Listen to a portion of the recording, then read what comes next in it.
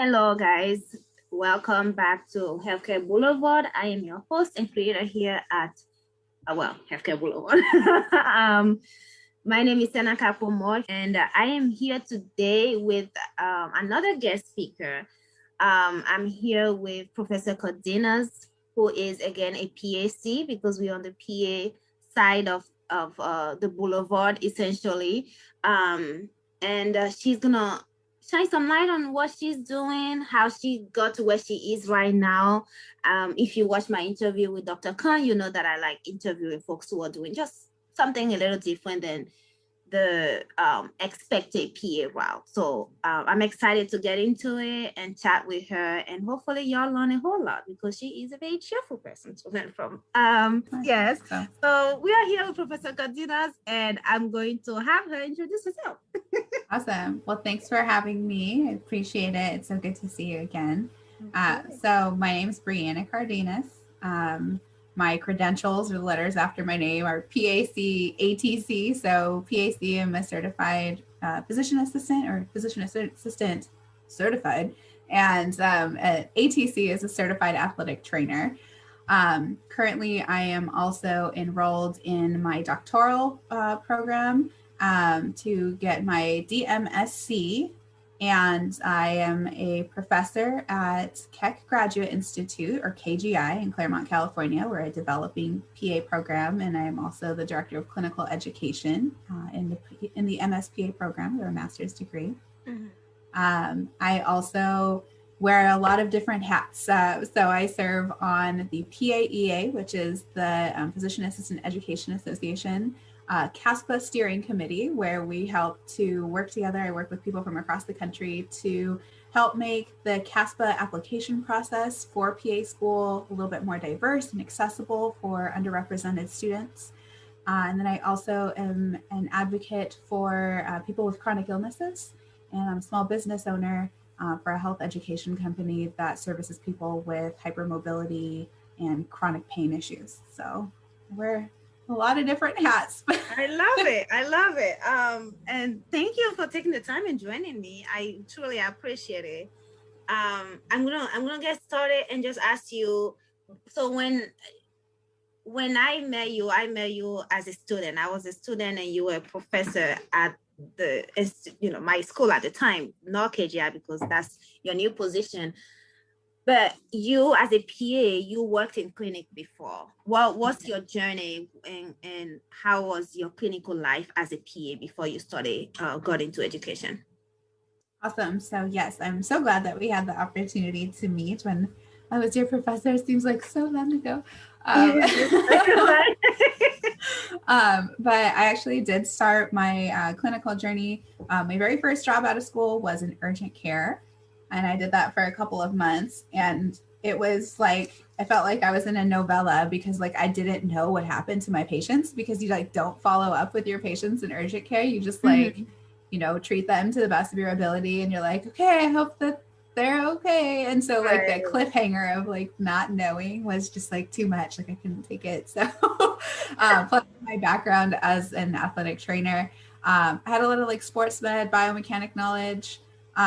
But I knew that like orthopedics wasn't really the lifestyle for me. Like I am about my sleep, and I am about my nights and my weekends and time with my husband. So like I was not about that like on-call life. So I actually found a great fit in pain management, which I think a lot of people think that pain management is like you're just slanging opioids all day, but like in interventional pain management, you actually do a lot of orthopedics.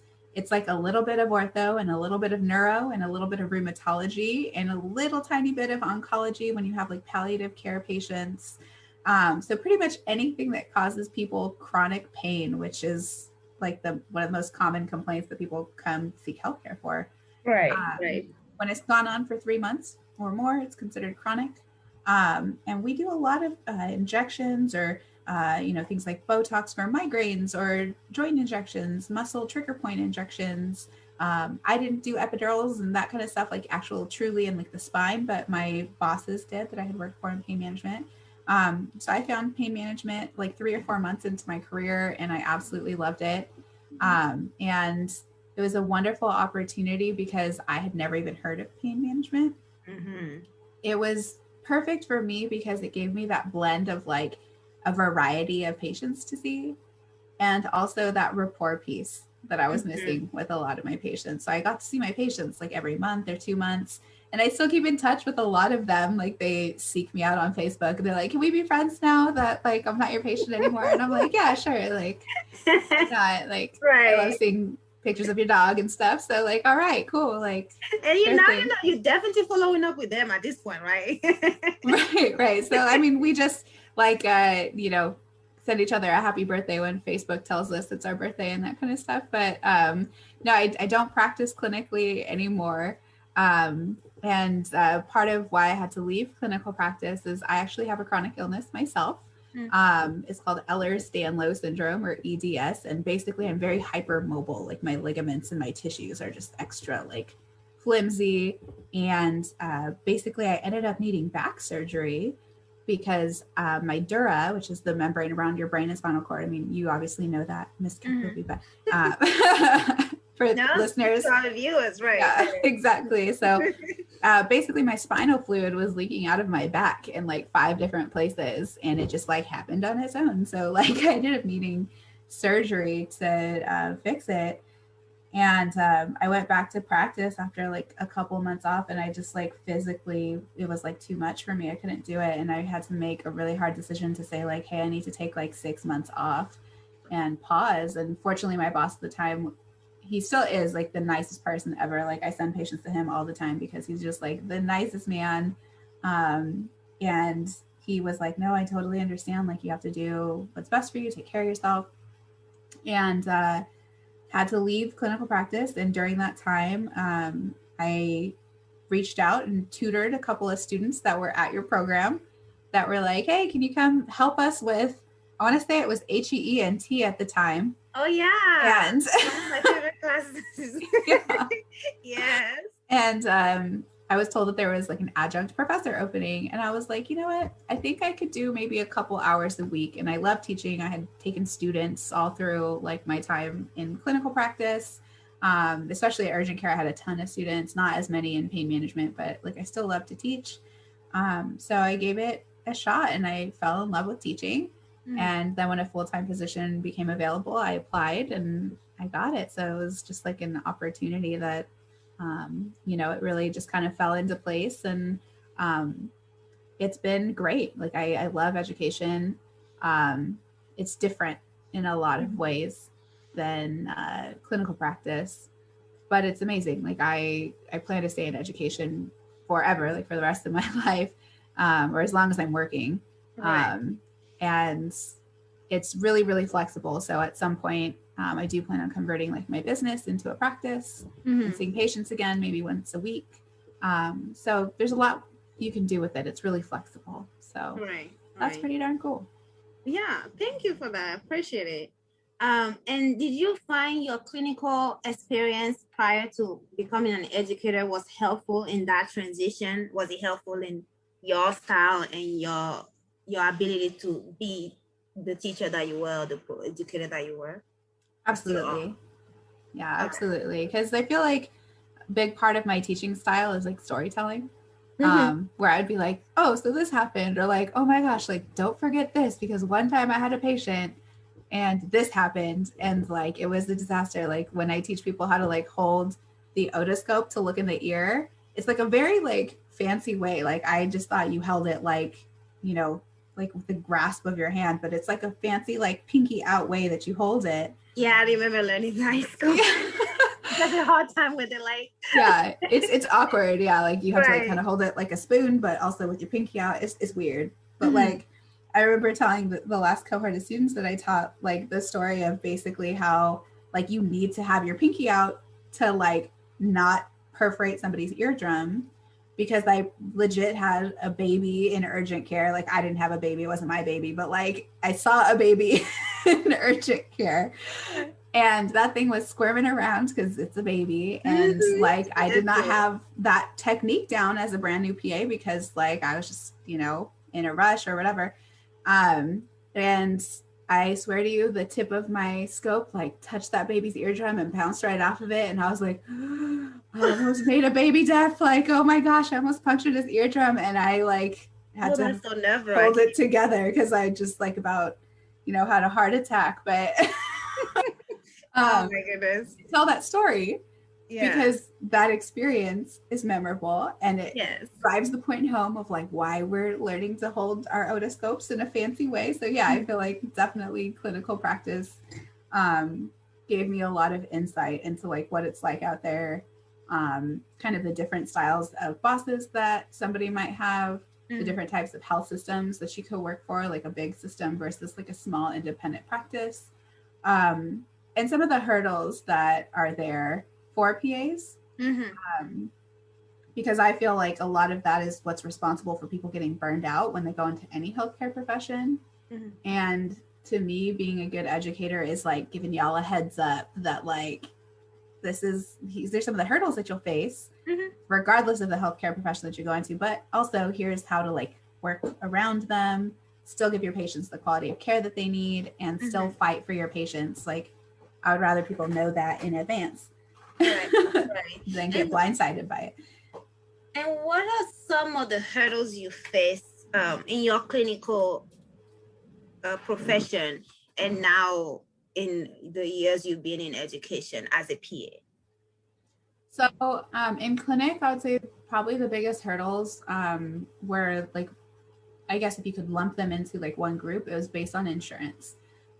So insurance really dictates the quality of care, unfortunately, that patients get. And like, to me, it just doesn't drive well ethically to me that like somebody who is homeless and on Medi-Cal does not have the same access as somebody who has like PPO insurance. Like literally that just means like rich people get better care. And like that to me is like not ethical. Like that's not how things should be.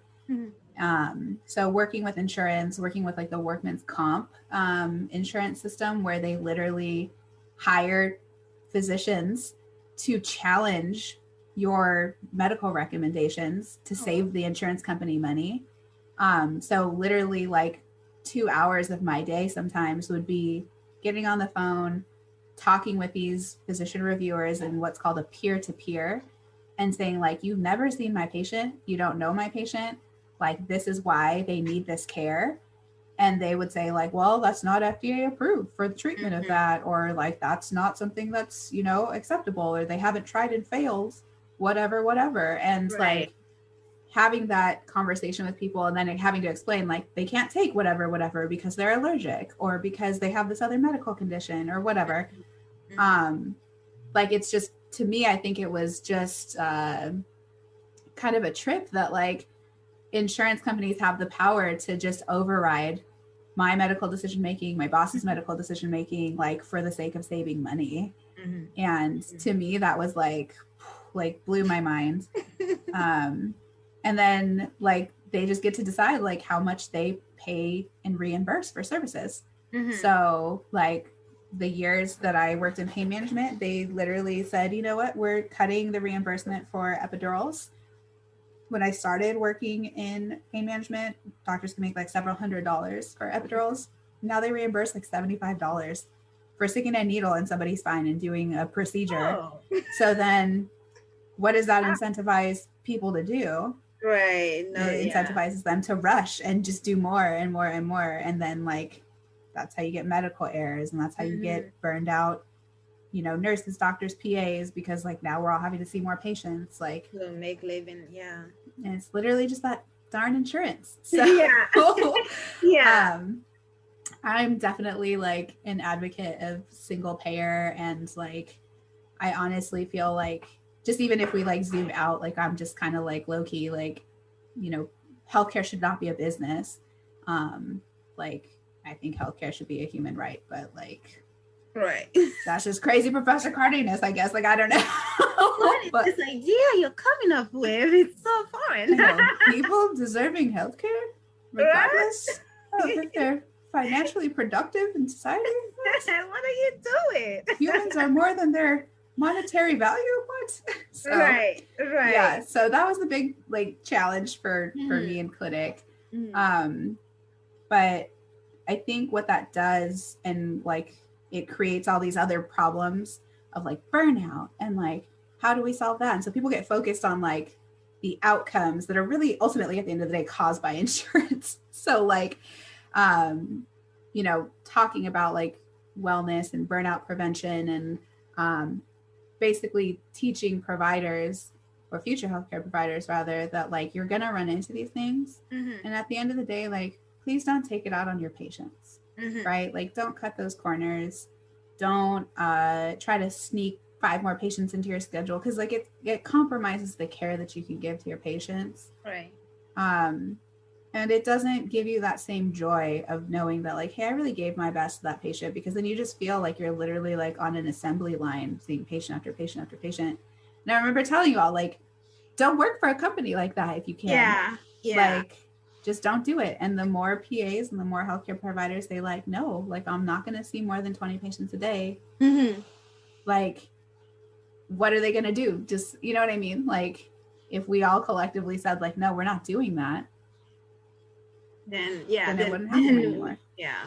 So it's quite interesting because I know in our program, you along with other faculties, we were lucky enough to have our you guys just give us that heads up. And yet I remember when we first got back from our first clinical rotation, that meeting after like they were like 4 weeks of clinical rotation, and then we came back and just hearing everyone and their experiences, and essentially the consensus was, even though we were, you know, warned, for most of us, we weren't really, I know I can speak for myself, I wasn't expecting what I saw essentially. I remember the first time, this was my first clinical rotation actually, when the preceptor was like, well, what do you want to do? And I was going on about it, and they're like, well, first of all, hold on, what insurance do they have? And I was like, wait, I don't know, I didn't look at that. You know, right.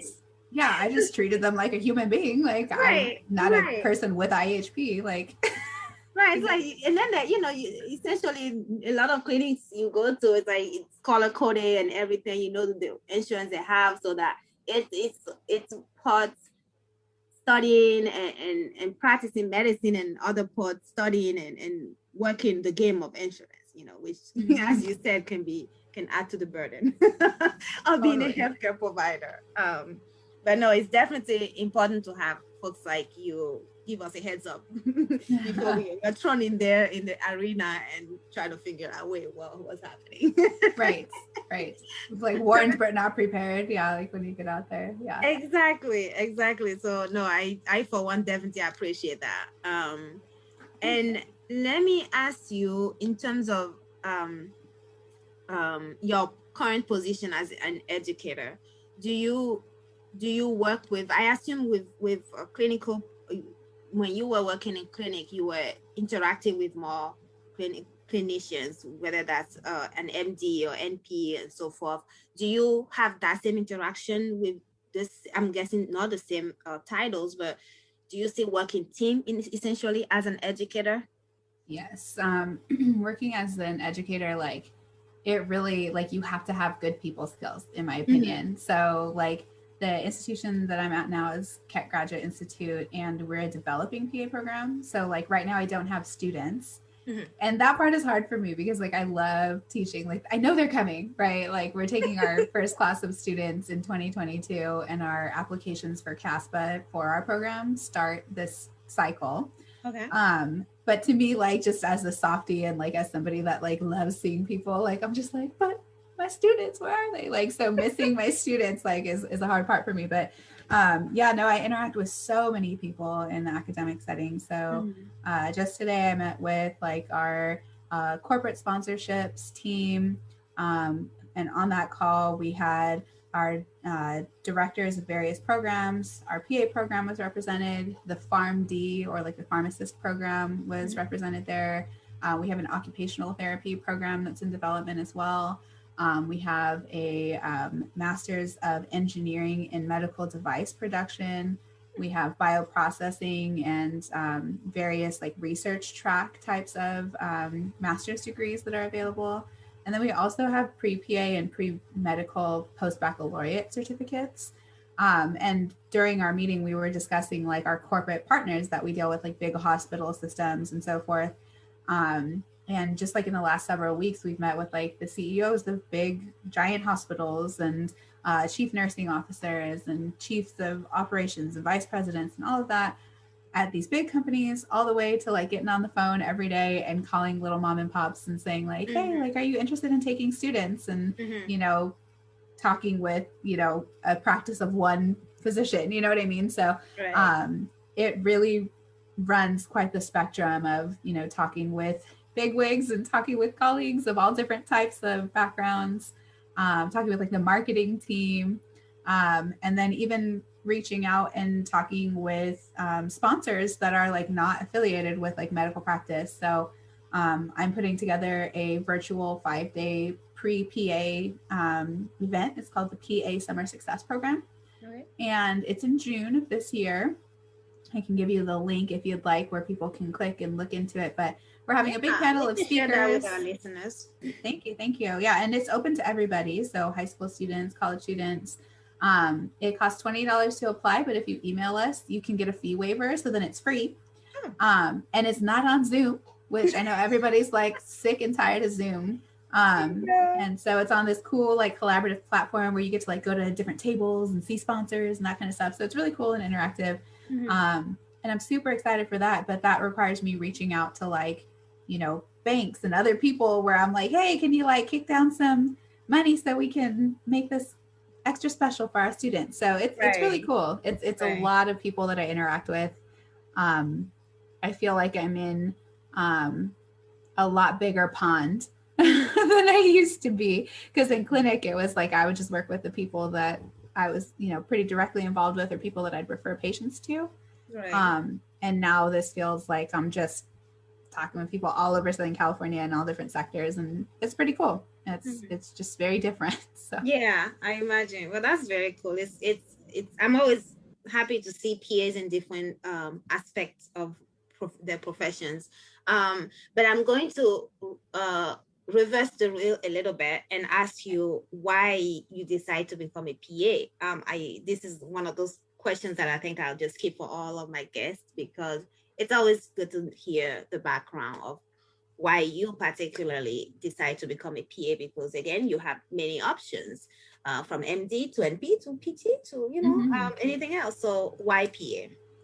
So a couple of reasons, and also like I'll give background. So my bachelor's is in athletic training. Athletic training is not a bachelor's degree anymore. Now it's a master's. But I did not know what a PA was until I was a junior in college. So a year away from graduating, and I thought that I wanted to go into physical therapy at first. And then the more I thought about it, I was like, you know, like I really want to practice medicine. Like I want to be able to prescribe, and I want to be able to see all types of illness, not just musculoskeletal or neurological. Like I want to really understand like the heart and the lungs and the brain, and like how do all of these work together. And I want to be able to counsel people on their diet and, you know, see people and have a broad scope of practice. Because what if the zombie apocalypse comes? Like I need to be prepared to be like the valuable member. I can't run. So like I have to contribute somehow. No, I'm just kidding. The zombie apocalypse. That's a good reason to go to PA school. I approve that. So no, but I wanted to have a bigger scope of practice. And one of my mentors told me about the PA profession. And like part of why I think I had in my mind written off medical school was because I was not interested in going to school for another 8 to 12 years. I know that I would have at that time wanted to go into orthopedics or into anesthesiology.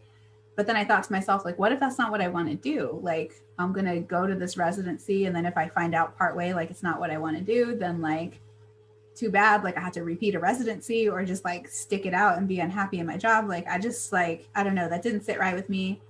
I have gone to so many different paths in my career thus far that like, there's no way that like 20-something-year-old me would have known where 30-something-year-old me sits now, right? Like I would never have predicted this. But I just knew like, I'm not trying to be in school till I'm 30. Like that doesn't sound like something I want to do. Like I just need to get out and work. Maybe I'll go back to school someday. Like, I don't know. Like, I want to go earn a paycheck because like I'm tired of making sandwiches because that's what I was doing. You know what I mean? Like I did all these odd jobs, babysitting, whatever. And then when I got certified as an athletic trainer, I was like, oh, this is cool because I can make like professional money. And at the same time, like I want a larger scope of practice. So I heard about PA from my mentor and I looked into it and I was like, oh my gosh, like I can do everything that I want to do. And it's like 2 to 3 more years. Like, okay, I could do that. And I looked at my prerequisites and I was like, well, I already have like a ton of patient care experience as an athletic trainer. I need to take a couple more bio classes, but I could do that.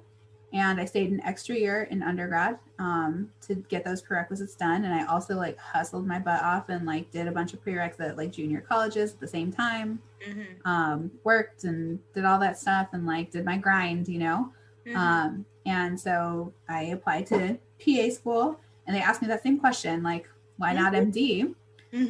And I was just straight up with them. I said, like, I am ready to work and serve my community. And I feel that as a PA, I can do that at an extremely high level. And I don't need an MD after my name to give back to my community. Like, I just want to get out and help. And I just want to be part of a team that helps take care of people. And that was my why, you know? So I'm really happy that I chose PA because straight up in my PA interview for PA school, they asked me, like, do you want to go into family practice? And I was like, nope, I want to go into orthopedics. Like, just straight up, I would have bet you money that I would have gone to ortho. Right. And I'm really glad that we had clinical rotations because I was like, oh, no, I am not about this on-call life. Like, like, not for me. So I'm glad that I had that experience. I was having an awkward thing, finding out in the middle of it all after all the sweat, like, oh, shoot, I don't really like this. Right. Yeah. No, I know. And like, I think, you know, part of why also like just keeping it 1000 with you, like why medical school wasn't in my like ballpark, it has to do with like layers of privilege, right? Like, so I didn't know that my illness would get to this point, like when I was applying to PA school. So now like I have this disability.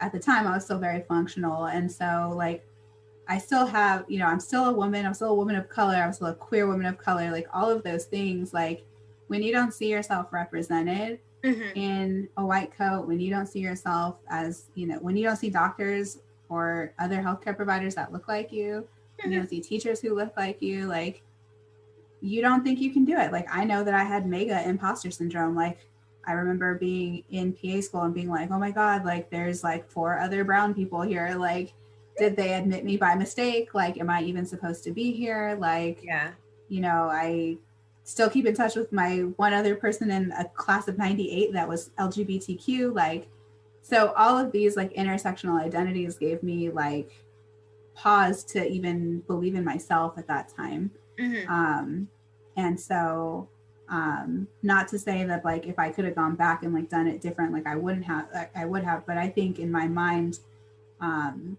I just didn't even think like going to school for that long was even like possible. I didn't think that being a professor was possible. Like I didn't think that any type of like advanced degree was possible because no one in my family had done that. So like I didn't have a group of friends that, you know, their parents were doctors or whatever. So like I think a lot of it had to do with like my level of exposure. Like I said, I didn't even know that PAs were a thing until my mentor told me when I was like already 21 and like a year away from graduating. So yeah, I mean, I just like want to honor like for all the people out there that like maybe don't see themselves in medicine, like there's still a place for you, like, you know, regardless. So like just find your mentors. That's real. No, that I appreciate you sharing that because I know that's personal and can get pretty emotional. So I do appreciate you sharing that with us. It's important to have representation in all walks of life. I know for sure having you as a professor, like you, I think you probably were the youngest faculty we had when I was in school. So not that I ever really thought about teaching, but just, it's not necessarily that you have to do what you see somebody like you doing. It's just the possibility and the option. Right. It's like not even like a field in your brain that like is developed because you're like, well, like people like me don't do that or something, you know what I mean? It's not even like a developed thing in your mind because if you like don't have that representation. Like, how do you know? Yes, no. So that's much appreciated. Thanks. How do you, if at all, what do you miss about clinic? Being in the clinic back in, well, the days. I don't know why I said back in the back day. in the day. I know, right? Like one COVID year is like 10 regular years. So I'm like, I'm sorry. One decade ago. Like, no, I miss seeing patients. So with my small business, I see people as clients. I do like health education. Okay. But I miss seeing patients. Like, it's cool to just have that one-on-one and hold space for people, and just like, I'm big on human connection. I grew up not very big on that, because I was like, nope, I'm going to go to school. I'm going to learn the things. And I'm going to make the money. Like, and then like, just as I matured, you know what I mean? Like, I feel like I did have to go through that like hustle and grind phase to be like, oh, like there's a lot more to life, / also like having a chronic illness and almost dying from my spinal fluid leaking out of my brain, or leaking out of my back, and causing my brain to like literally start herniating into my neck. Like, I legit almost died. And like, that was a huge wake up call. Like, oh, like I better slow down and like just really take inventory of like what's important to me and what's not. And like, you know, why did I go into healthcare in the first place? And I'm like, because I like connecting with people, and I like serving others, and I like, you know, being, you know, I guess like a little glimmer of hope in people's lives. Right. The world can be kind of a dark place sometimes. So I miss that, but I think that's part of why I miss my students so much, because I got to advise a lot of students and talk with students and just, you know, connect with them on like a human level. And I think that's just ultimately like why I do anything that I do, is just to like connect with other people. No, it's important. It's definitely important, and we all got to see that how much we value human connection now that we can't really have it the way we used to. So yeah, that's another layer. Like that part of my brain is atrophying straight up. Like, I find myself like at the grocery store having like extra long combos with like the cashier. And then in my mind, my social anxiety is like, wait, is it weird to be like talking this long with the cashier? Like, I don't know, like it seems okay. Like, all right, bye, have a good day. Like, okay, that's it, we're done. Yeah. No, I'm sure you're not the only one doing that. They've essentially become the bartenders of our normal life, right? And the cashiers of the new bartenders. And everybody's problem as your beep, beep. I know, exactly. And they're just like, can I see your ID? Like, for the wine that you bought. Exactly. Oh my goodness, that's funny. Okay, so let me switch gear a little bit into the future as a PA, you know. So in the profession, some might not know this, but we do have the option of getting our doctorate. This program is designed for us specifically, right, for working PAs, and that's the DMSC program. I was going to ask you if you were thinking of ever getting it, but I listened earlier and you said you are currently enrolled. Is that what it is, or you are applying? Yes, I am. No, I just I'm on week 9. No, okay. Week 10 of 12 of my first term. Okay, so I got 2.5 weeks, and I'm 1/5 of the way there. I'm stoked. Yeah, it's a 1-year program, but I added an extra term because I want to get a certificate in health administration, which is like the business side of healthcare, because like I want to learn how that can be done sustainably without compromising the care that patients receive. So I'm going to get a certificate in that.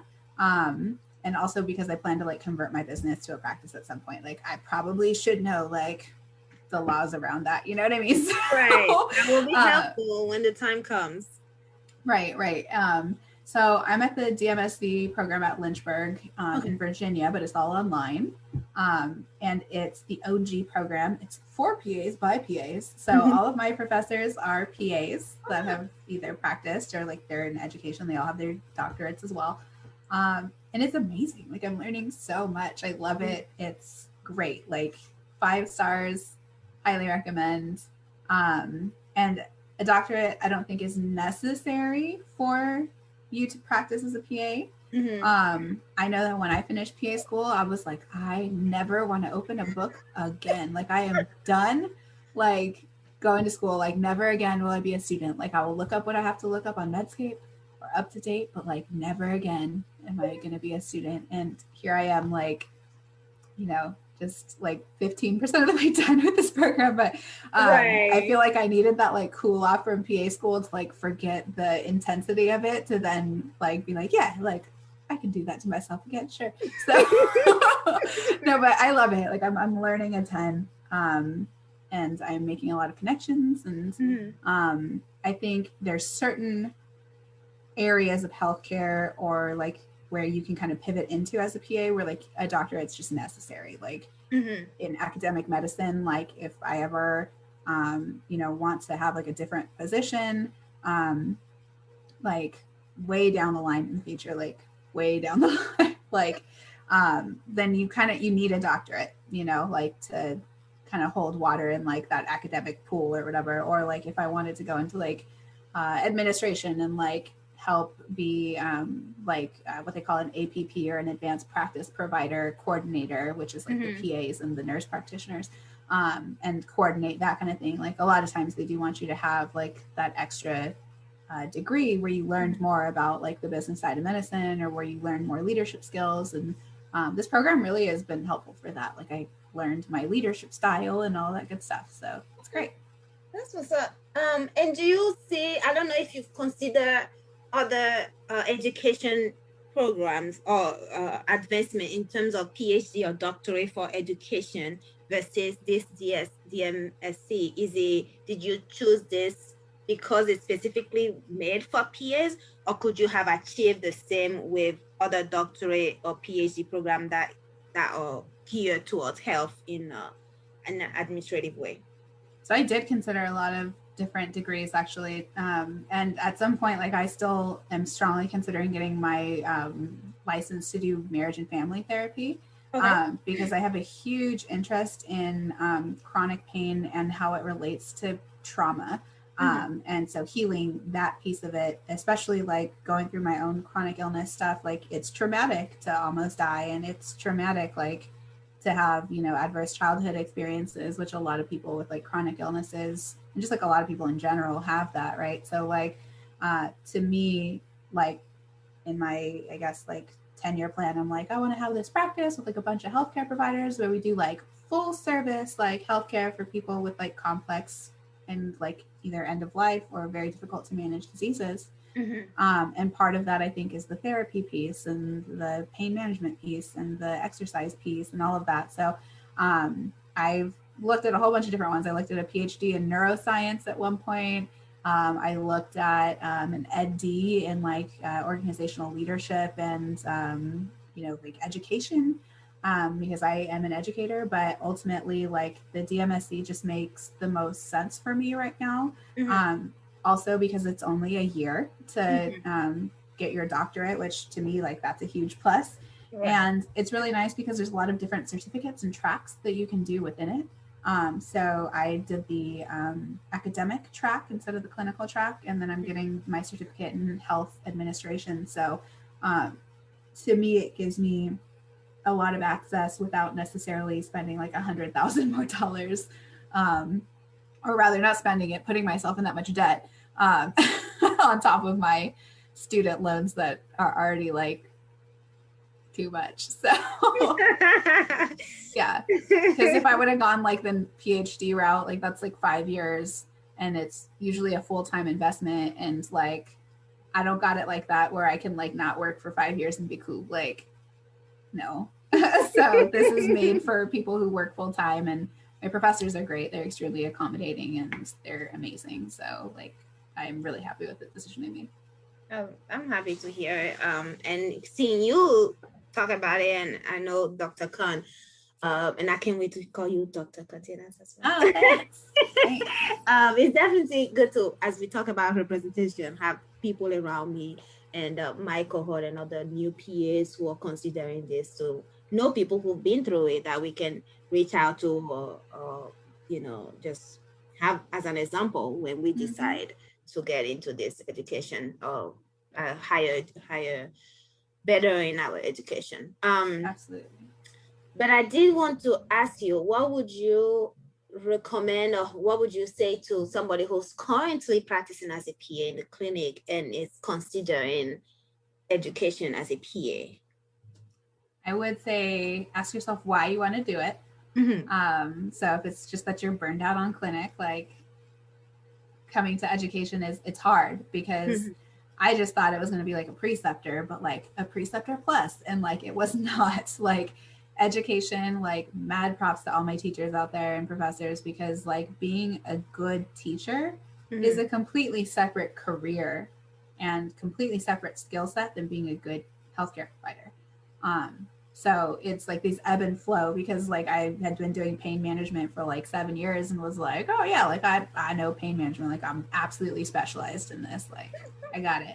And then I came to education and I was like, whoa, like I don't know what I'm doing. Like I need a lot of help and I need to go to a lot of professional development trainings and stuff like that. So I feel like the first year of my teaching was like literally learning how to be a teacher.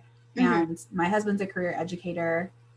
He's a professor, but he worked at the high school setting for 5 years. And so he's been a teacher like for his entire career. And I'm really lucky that like I literally have like my husband and best friend can like navigate me, right? He can be like, hey, maybe try this, or like, you know, especially with the online setting, like that actually was really helpful because he could kind of like hear me teach the whole time. And then he'd give me pointers on like, hey, like maybe here's a better way to like be engaging, or like here's a better way to like help with that point, maybe include some quizzes and like that kind of stuff. So I would say if you're burned out, coming to education is not like a solution for burnout. But if you're like, hey, like I want to give back, I see some things with healthcare that I think like just we really need to get to the source and like talk to our students early before they come out into the healthcare field so they have this different perspective or whatever, then come on down. And the PA educator community is very small because it's like a specialty in and of itself, right? And so everybody knows each other. And some people think that's a bad thing. I think that's a great thing because I get along with most people. So like, you know, I definitely, I encourage it. Like for me, it's very fulfilling. I feel like the impact that I can have with like kind of adjusting people's mindsets and expectations and like planting those little seeds of like, remember to be a good human being when you go out and practice, like that kind of stuff, has a bigger impact than I could have ever had as like an individual healthcare provider to however many patients I was going to see in my time. Like, I feel like a little piece of that can be like multiplied by every student and all their patients. And it's very rewarding and it's in a different way. And like, I cannot even express to you like the pride and joy that I feel like just watching you all now graduate and like practice medicine and like be happy in your lives and even just celebrate like, you know, your new marriage and that kind of stuff. Like just, it's a sense of fulfillment and pride and like joy that like is on a different level when you can watch a student like just grow and catch them from right out of like undergrad or right, you know, a fresh student and then now see them like out in the wild. Like I know it's like from amazing. Student to a co-worker, right? Colleagues, essentially, Yes. which is Exactly. very interesting. I know. Even I'm still like when we talk personally, I'm still calling you Professor Cardenas. And you're like, you just call me by my first name. But it's yeah, call me Brianna. It's like no, it's just, you know, it's a transition. It's a transition for sure. But I'm going to ask you, as in your position in CASPA, what got you involved into that, interested in that position? I definitely think our profession needs to diversify. And like if you look at the stats, like 89% of PAs are white, and like that's not enough people of color. Like that's not even reflective of like what our society looks like, especially in California, in Southern California, right?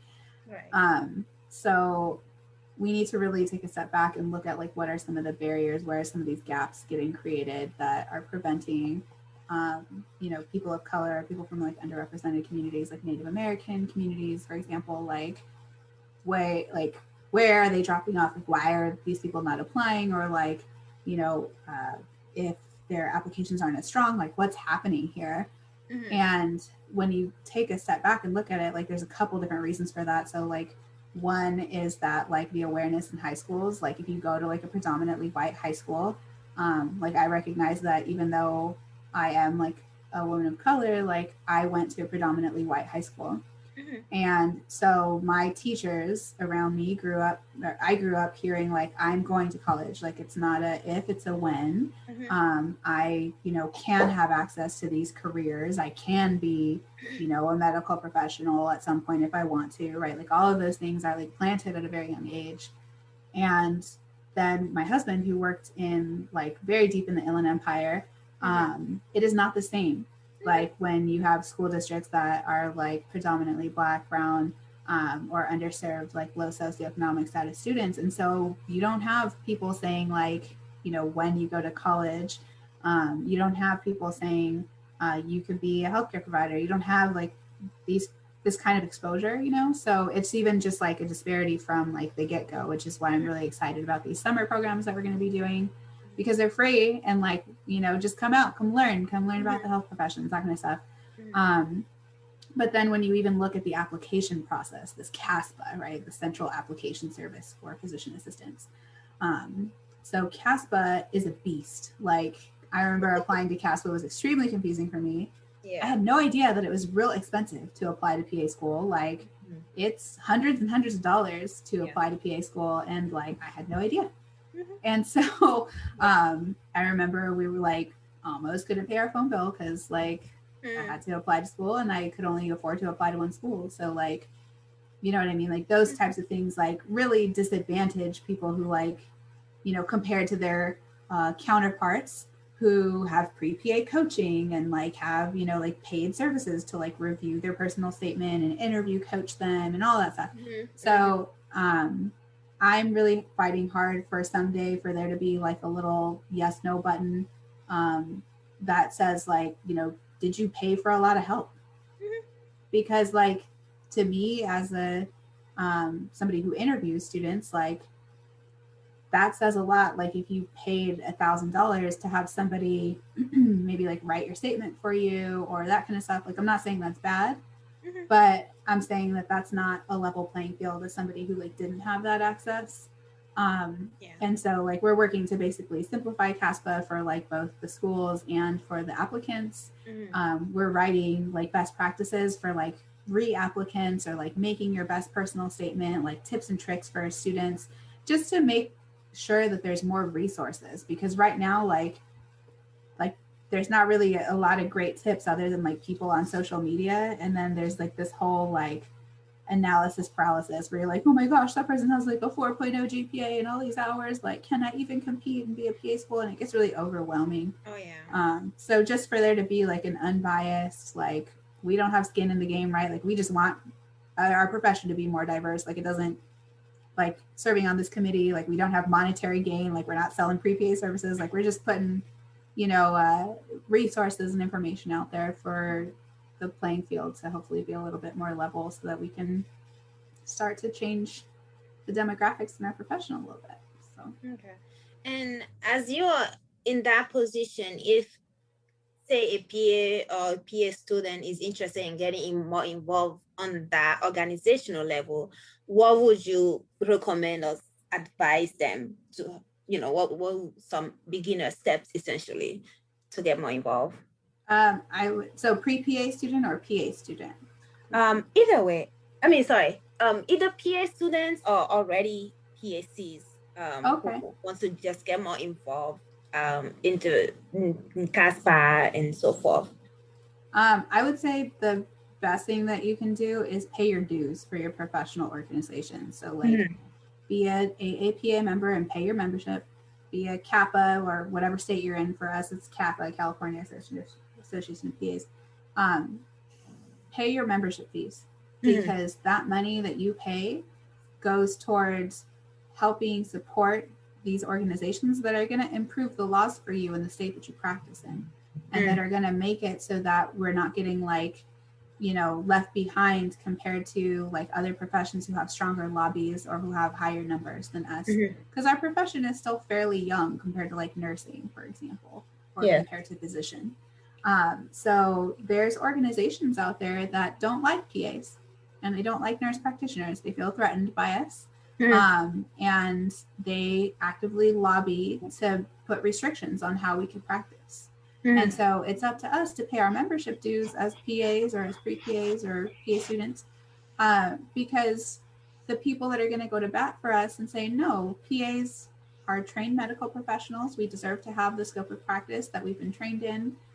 In some cases, we expand scope of practice. So like Utah just passed some laws to expand scope of practice. And it's amazing. And all that comes from paying your dues. So like, even if the idea of serving on a committee a couple hours a month or like, you know, being involved with like advocacy and going to like the governor's office and all that, if that doesn't sound appealing to you, like no shade, like that sounds like a lot of work to me too. So I absolutely applaud and commend the people that do that on our behalf in our profession, and we can support them with our dollars. So paying for those membership dues is a really important step that like everybody who practices should do.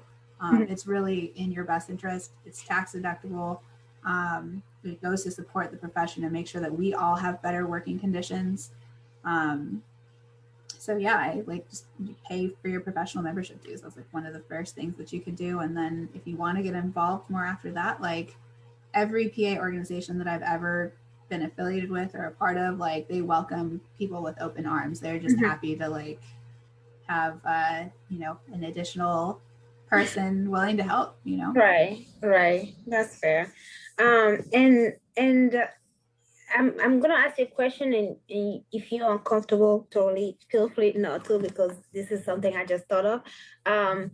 As somebody who lives with chronic illness, how would you, or what would you say to healthcare professionals who are in the space of treating and caring patients with chronic illness? What are some things they should keep in mind in doing so?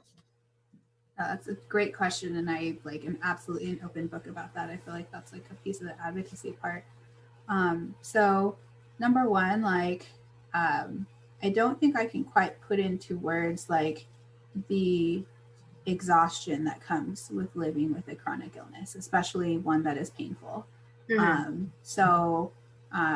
Please use your empathy for patients, because when somebody is dealing with pain, like imagine, you know, 50% of your bandwidth, like your ability to think, your ability to talk, your ability to do things is like taken up by the constant distraction of like your body hurting or like failing you in some way. So like having just the understanding that like this is an additional like burden that people are having to live with and deal with will help to kind of give you that frame of reference.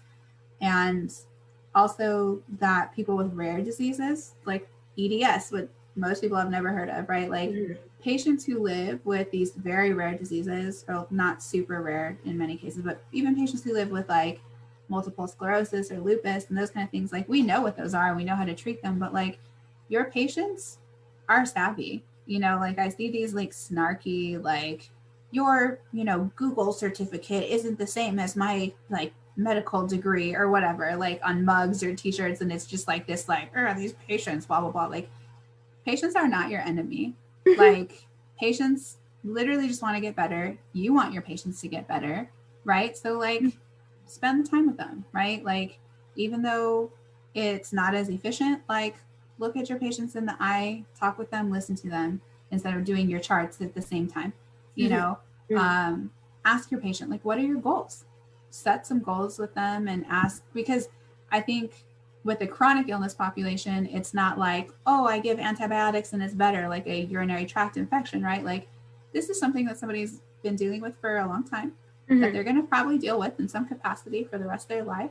And so it's the onus on you as the healthcare provider to educate your patient that like, hey, we're a team and I want to know what's going to make you happy, right? If you tell me like, I want to go back and play professional baseball or professional contact football with this like, you know, chronic illness, that's a whole different set of expectations than the people that are like, I just want to be able to like go to the bathroom and not have my back hurt. Like that's a completely different set of standards and goals, right? And even just asking your patient, like, what to you would be a successful treatment outcome? Or what to you looks like success? What would make you happy to live your life with lupus or multiple sclerosis or EDS or arthritis, whatever it is, right? So just hearing like what your patient wants and working to give that to them. And I would say like the number one thing, and I used to tell you guys this all the time, is like, it's okay to say you don't know, right? Like if you don't know the answer, like it's cool. Like let the patient know, like, I don't know that, but I'll look it up. Or I don't know that, but I'll find someone that does, and I'll refer you to somebody that can help you. Just whatever you do, like don't dismiss your patient and say like, man, whatever, like you're just being grouchy because it's like a pain patient or a difficult patient or whatever. Like patients aren't happy when they're hurting. You know what I mean? Like patients do not owe you like a pleasant disposition when they're coming to see you as a patient, right? Like your job is to serve others as a healthcare provider. So like, just try your best. Like it's the onus is on you to like make their day better, not the other way around, you know? Right. Yeah, it's definitely not a spa, right? Nobody goes like, I guess it's a good day to go to the doctors today. Right. Especially like urgent care ER, people are not like, yeah, another urinary tract infection. Great. Like, no, people like are hurting and are having to pay probably a lot of money to come see you. Take time off work, find somebody to watch their kids or bring their kids with them. Like, and their kids are, you know, angry at him. Mom, it took 3 hours. Like, this is stupid. Now we need to like go eat McDonald's and blah, blah. Like, this is like this whole, like, you never know what people are going through, right? So like, just try to be a bright spot in people's day instead of a downer on people's day. That's fair, especially for folks who are already dealing with such health issues, and you don't know what else that may come with socially and otherwise. So totally. That's thank you for that advice. As providers out there, please take a listen and give me advice. It's always good to have a happy patient leave your office. Happy patients don't sue. Yeah, that is very true. You want to think about the monetization. That is very true. Right. If for no other reason that you can find to be kind to your patients. Like right. Like I think I shared with you guys the story of like one of my professors like shared that he like missed lung cancer in a patient. Like he thought that this guy's cough was like just like allergies basically, and like he had a great rapport with the family. And the patient like didn't meet the screening guidelines other than that he had a chronic cough, like to get a chest x-ray. And then when they finally did get a chest x-ray for him, like it was too late. Like he had metastatic lung cancer. And I'll remember as a student, he told us, and I looked that patient in the eye and I said, I'm sorry. I should have ordered you that x-ray. I failed you as your healthcare provider. And I was like, dang, that is powerful and deep and like straight up just honest and authentic. And he was like, and you know what that patient told me? He said, Miguel, I forgive you. It's okay. Yeah. This is just, you know, what God's plan was for me. I forgive you. I don't want you to hold this in on yourself. And I don't want you to feel, you know, down on yourself, because I know that every time I see you, you give me the best quality of care. You want what's best for me. I know that you care for me. You care for my family. And it's okay. And I was just like, dang, like, because I can't imagine how I would feel like, you know, with that heaviness of like, oh my gosh, like I could have saved this person and I didn't, you know, but like to have that forgiveness piece, like that is so valuable, and to be able to be honest and not have to like hide it or try to like pretend like, oh well, like you didn't, you know, follow up in time or something stupid like that. Like just to be another human being and level with another person like that, like that's really powerful. And you don't get that without establishing like quality rapport and trust with people. So yeah, that's very true. That is very true. So we are slowly nearing the end of our interview.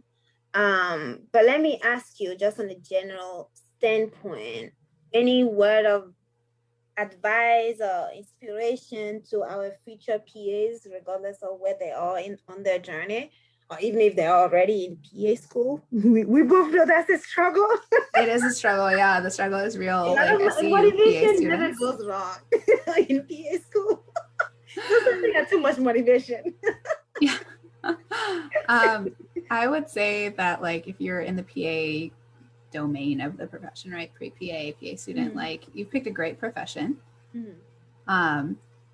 Every PA I've ever met is a cool person, like just a nice person that like wants to help other people, down to earth, like not big egos. Like, so ask for help, right? Like I was that person that did not want to ask for help because I had what's called stereotype threat, where I was already the only like, you know, person that didn't have like family from a medical background. And I was already like one of like only a couple Latinas in my class. And like, I just like, I didn't want to be like the dumb Mexican, or I didn't want people to think I was lazy or like not capable because like just my own insecurities, right? And if I would have asked for help, it wouldn't have been such a struggle.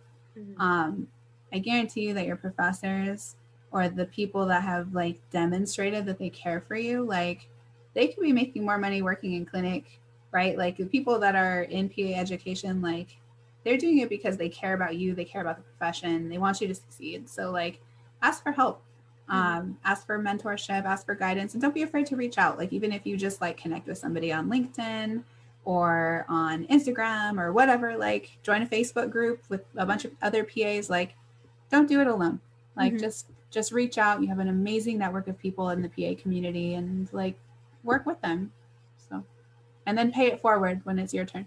Yes, no, that is a great advice, and that is another reason why we are here on Healthcare Boulevard. This is my way of paying forward with my community, and you, Professor Godinez, is part of that. So I do appreciate you joining. Of course. Do you have anything else to say or share with the listeners before we close it up? Just a reminder for all of my pre-PAs that are out there and listening, please like welcome to the KGI PA Summer Success Program. It's going to be awesome. Like I said, it's free. I would love to see your faces there and meet new people, and you'll have the opportunity to learn all about the profession. We're going to have an admissions workshop, CV writing course, and a lot of panels of awesome PAs. So I would love to see your faces there and know that you are not alone and you can do this. Yes. And the CV part is very important. I know we did CV when we were in class, but it's just something I didn't think about until, we were required to do it in that particular class and after graduation, because I hadn't had to submit a resume in quite some time.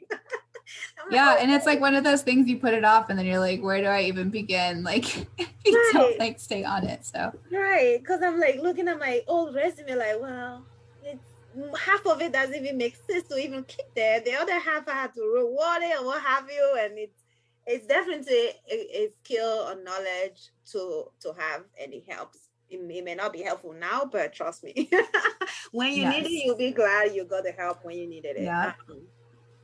But okay, well, with that being said, I'm going to close the interview, and I thank you again for joining me as a guest here on Healthcare Boulevard.